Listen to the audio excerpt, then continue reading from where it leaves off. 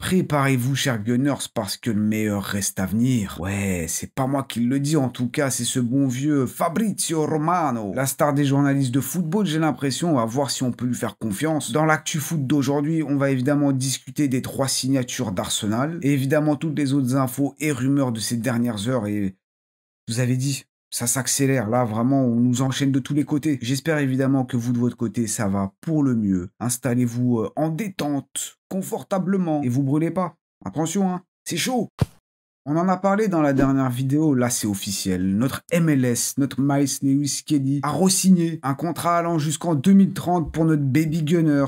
Enfin, baby, ouais, c'est vrai qu'il a que 18 ans, mais il est déjà tellement fort. C'est petit, il grandit si vite quand même. Ouais. Plus de ça, on a failli se le faire piquer par le Real avec Tonton Pérez et sa technique de fin de contrat, donc on va te signer. Mais non, c'est un des nôtres, il a voulu continuer, il a re-signé. C'est parfait, tout le monde est heureux. Sachant qu'un peu plus tôt dans le mois, on a re-signé Gabriel Magalhaes.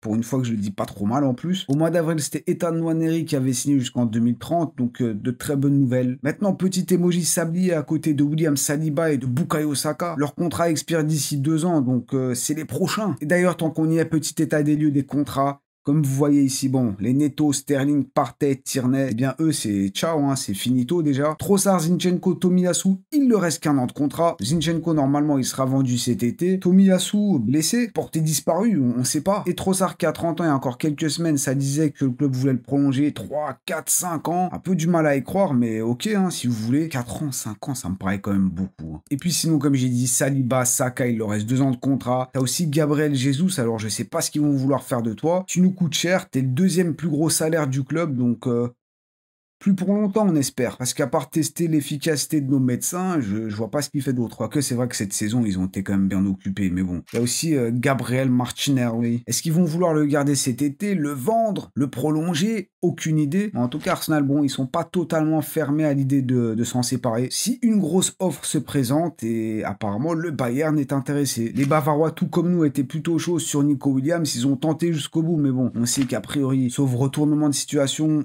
il signera au Barça, si évidemment ils peuvent le signer, hein.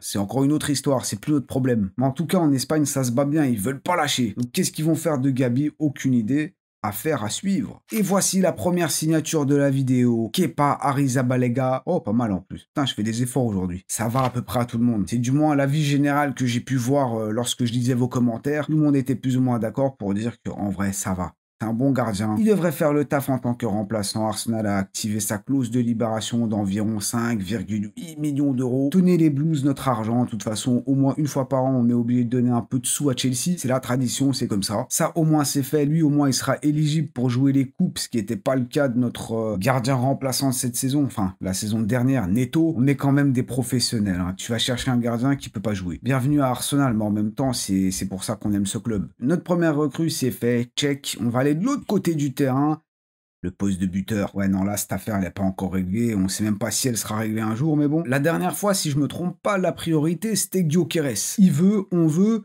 tout le monde veut, c'est bon, on est d'accord. Ben, cette fois-ci, c'est Sesco. Un jour, c'est l'un, l'autre jour, c'est l'autre. Je vous ai dit, ça va peut-être jamais se terminer. Une histoire sans fin. Mais bon, aujourd'hui, la priorité, c'est Sesco et vous voulez une preuve? Eh bien, il a liké Arsenal sur Instagram. Et apparemment aussi, il a unfollow Manchester City. Si ça, c'est pas une preuve. Surtout qu'on nous dit que Gyökeres, en vrai, il veut plus venir à Arsenal. Sa priorité, c'est Manchester United. Parce qu'il veut aller travailler avec Amorim.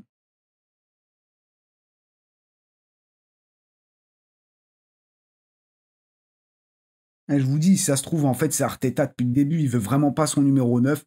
Et il se fout de notre gueule. Après, quand même, Gianluca Di Marzio, un autre grand journaliste italien, nous dit que Gyökeres est toujours la priorité. Il nous affirme que le Suédois va aller à Arsenal. Il n'y a pas de conditionnel utilisé. Il nous dit que depuis le début, il n'y avait que Gyökeres. Et là, il reste plus qu'à se mettre d'accord avec le Sporting. Donc ça, on l'a compris que... En fait, on a toujours rien compris. Cet été, notre milieu de terrain voit partir Jorginho et Thomas Partey qui n'ont pas prolongé leur contrat. Enfin, Thomas Partey, officiellement jusqu'à la fin du mois, c'est encore un joueur d'Arsenal, mais bon, faut pas se leurrer. Sauf grand retournement en situation sorti de nulle part, il va s'en aller, faut l'accepter. Et c'est pour ça notamment qu'on a évidemment ramené Martin Zubimendi. Thomas était censé passer remplaçant à la place de Jorginho, mais il a été trop gourmand. Il voulait un contrat trop long, il voulait trop d'argent, le club était pas d'accord, et il s'en va. Ouais, c'est long, c'est une sacrée affaire. Mais du coup, on doit trouver un remplaçant pour Partey. On l'a fait avec Zubimendi, mais maintenant on doit trouver un remplaçant pour Partey qui avait remplacé Jorginho.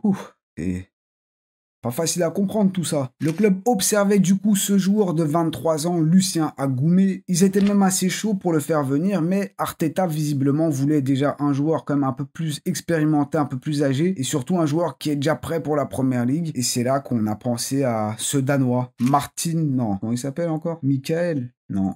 Christian Norgard, le milieu de terrain de Brentford, âgé de 30 ans. C'était l'une des options dont on avait parlé dans le dernier Actu Foot et ça devient réalité. Ils se sont déjà mis d'accord avec le club, avec le joueur qui, quand il a entendu que Arsenal voulait le faire venir, il a sauté le joie et il a sauté sur l'occasion, il a dit oui tout de suite. Ça parle d'un transfert d'environ 10 millions d'euros et ça allait très vite. Limite, l'information est sortie le matin.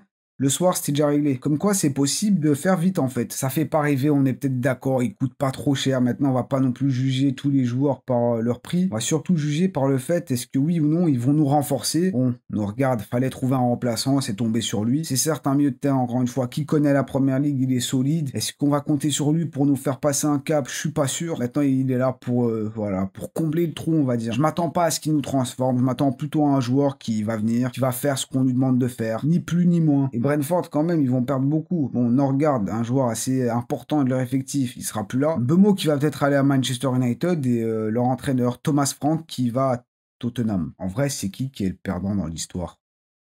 C'est plus ambitieux d'aller à Tottenham ou de rester à Brentford? En vrai, j'abuse. Ils ont quand même gagné l'Europa League, excusez-nous. La défense maintenant, et a priori, ce sera pas Marc Guéhi. On en a un peu parlé ces dernières semaines, il lui reste 1 an de contrat, mais il n'est pas trop convaincu à l'idée de venir à Arsenal par rapport au temps de jeu. Avec des Gabriel, des Saliba, c'est vrai que Marc Guéhi, au mieux, il serait sans doute remplaçant. T'as Liverpool qui est très très proche de le signer avec Konaté, qui va peut-être pas prolonger, donc c'est peut-être plus avantageux pour lui d'aller là-bas justement, malheureusement. Encore eux. Mais vous inquiétez pas parce qu'il y a cet homme, Christian Mosquera, actuel défenseur central de Valencia. Et tout comme pour l'autre Christian Norgard, Arsenal, ils se sont réveillés comme ça d'un coup. Illumination. Ils ont carrément soumis une première offre à Valence qui, bon, malheureusement a été refusée. On parle d'un transfert autour des 20 millions d'euros. Il lui reste 1 an de contrat, lui est vraiment très très chaud à l'idée de venir. Il est encore jeune, hein, 20 ans. Enfin, non, là, je mens. 21 ans, là, donc faut aller lui souhaiter un joyeux anniversaire au nouveau joueur d'Arsenal. Bon, j'espère que je vais pas trop porter la poisse parce que c'est pas encore fait. Mais c'est quand même très très proche d'être fait et je vais directement aussi m'adresser à un d'entre vous. Il va se reconnaître. Un gunner régulier sur la chaîne, il nous l'a survendu dans les commentaires. Écoute-moi bien, je vais pas encore citer ton nom, je vais te laisser tranquille. Mais à partir d'aujourd'hui, tu es responsable de Mosquera. Si jamais il vient chez nous et il flop,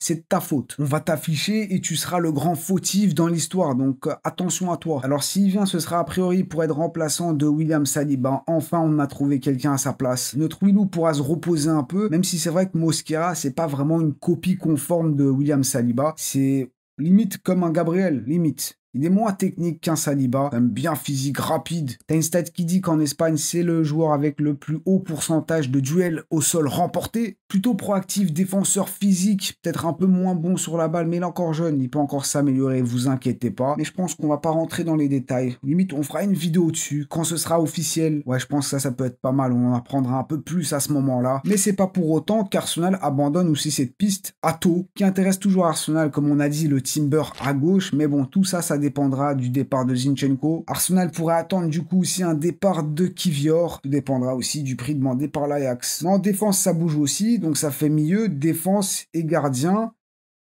C'est toujours pas l'attaque, toujours pas le numéro 9, toujours pas l'ailier. Le buteur, on a compris, on sait toujours pas. Aujourd'hui, c'est Sesko, demain Gyökeres et Rebelote. Alors que sur l'aile, ça bouge aussi pas mal. Déjà, on sait que ce sera pas Barcola, parce que Enrique veut garder Barcola. Le président Nasser veut aussi garder Barcola. Barcola lui-même est heureux au PSG, donc lui, ce sera pas possible. Je vais vous demander maintenant de me rejoindre et on va remercier nos amis Chelsea et Manchester United qui travaillent sur un potentiel échange Nkunku-Garnacho. Quelle bonne nouvelle. Et je me demande d'ailleurs si c'est pas encore une meilleure nouvelle que si on nous annonçait la signature d'un numéro 9. Garnacho ne viendrait pas à Arsenal. Surtout que Manchester United, vous savez combien ils demandent pour l'Argentin?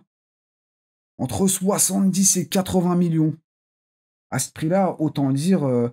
En vrai, on vend pas. Il y a quel club qui pourrait payer autant pour Garnacho? C'est vrai que nous, ouais, non, il faut pas leur donner d'idées, là. Restez sur cet homme-là. Rodrigo, ça c'est une très bonne chose, une très bonne idée. Évidemment, on le veut, mais tout dépend de est-ce qu'il va quitter le Real Madrid ou pas. Et comme le dit Fabrizio Romano, en fait, c'est le joueur qui doit décider. Il faut qu'il dise « je veux partir » et on peut rien faire si ça arrive pas. Alors Xabi Alonso, le nouvel entraîneur madrilène, dit que Rodrigo, ça reste un joueur important pour l'équipe, mais il a dit important pour cette Coupe du Monde des clubs. On aura besoin de lui pour la Coupe du Monde des clubs. Il est spécial. Eh bien, explique-nous, Xabi, pourquoi sur les 3 matchs joués par le club, il a même pas joué 90 minutes. Sur le premier match, quand même, 65 minutes, une petite passe D. Après, il était sur le banc. Et là, le dernier match, seulement 23 petites minutes. Ah, il est important, hein. Surtout qu'Hendrick, tu as bien dit que lui, c'est sûr.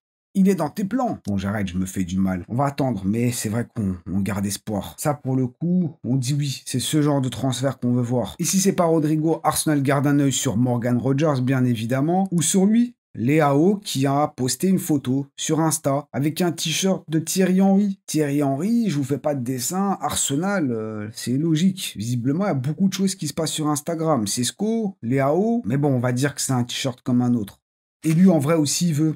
Eze, et Berechi Eze, un ancien de la maison. Arsenal se serait déjà mis d'accord avec le joueur. Et l'anglais veut aussi venir, enfin revenir à la maison, puisqu'apparemment, il s'est fait tège à l'âge de 13 ans. Il l'a quand même assez mal vécu, comme il l'a dit lui-même, hein. C'est pas moi qui l'invente. J'ai commencé à Arsenal, j'avais 13 ans quand ils m'ont libéré. Je me souviens que je pleurais dans ma chambre pendant plus d'une semaine. Il aurait une clause de libération autour des 70-80 millions d'euros qu'on pourrait payer en 3 fois. Et donc ça pourrait être quand même une bonne nouvelle, parce que généralement, de ce que j'ai pu comprendre, les clauses de libération, t'es obligé de payer d'un coup. Maintenant, on n'est pas vraiment sûr de est-ce que Eze c'est une priorité ou est-ce que plutôt c'est une roue de secours qu'on garde sur le côté au cas où Rodrigo ça ne marche pas. Et surtout, Eze c'est plutôt un meneur de jeu en vrai. C'est pas vraiment un ailier gauche ou du moins c'est un ailier mais plutôt intérieur. Donc qu'est-ce qui viendrait pour occuper un rôle plutôt axial ou jouer sur le côté gauche avec un rôle un peu différent que Martinelli qui avait tendance plutôt à déborder, à ne jamais lever la tête et regarder jamais autour de... Bon, je m'emporte comme d'hab. Si ça se trouve, j'ai un peu du mal à y croire, mais on peut faire venir Eze, Rodrigo et Sesco, Gyökeres. Ouais, non, là, c'est trop.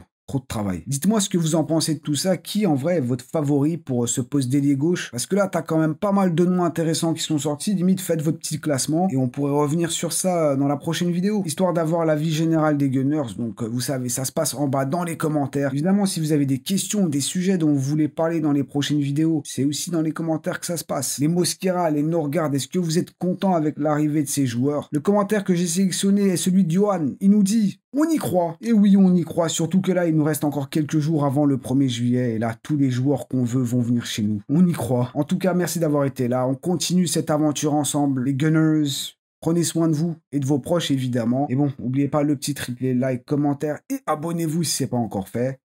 Et à très bientôt pour, on l'espère, des bonnes nouvelles. Mickaël, prépare-nous du lourd. S'il te plaît.